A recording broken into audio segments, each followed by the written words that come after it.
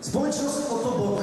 Je to firma, je to nadnárodní společnost, která se stará o handicapované spoluobčany, vyrábí pro ně to nejdůležitější, aby se mohli standardně pohybovat mezi námi.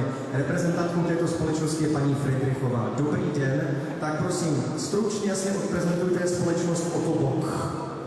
Dobrý den, společnost Otobok, jak to zaznělo, je nadnárodní společnost a vyrábí především konfrontační pomůcky, jako je například tady tento vozík, který vidíte, elektrické vozíky, ale také protézy a ortézy. Naším hlavním cílem je tedy zajistit kompletní mobilitu handicapovaným. Ve společnosti se společností Car-Klub jsme vlastně získali možnost účastnit se tohoto skvělého projektu a mám tu čest tady vlastně Janičce předat šek na 20 000 korun. Tato částka bude odečtena z celkové částky za vozík, který si u nás Janička vybrala, a je to tady ten krasanec.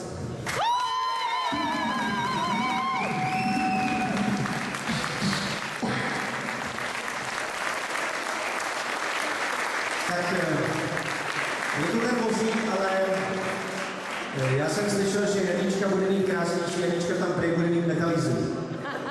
Modrou, ne stříbrnou. Tak, ale děkujeme společnosti Otobok za tuhle prezentaci. Co si chtěl, Tome? Já jsem myslel, že by mohla Jana symbolicky na ten vozík přesednout, byť je to demo vozík, je to ten vozík, který je její, ten se bude 2 měsíce vyrábět, ale že by na něj... To nezajistím já, to zajistí Janička. Chcete, aby si Janička přesedla do lepší?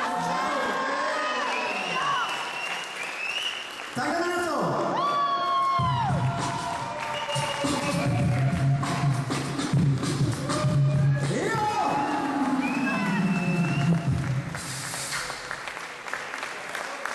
Tak, první dojmy. Tohle má katalyzátor, je to asi 7 litrů obsah.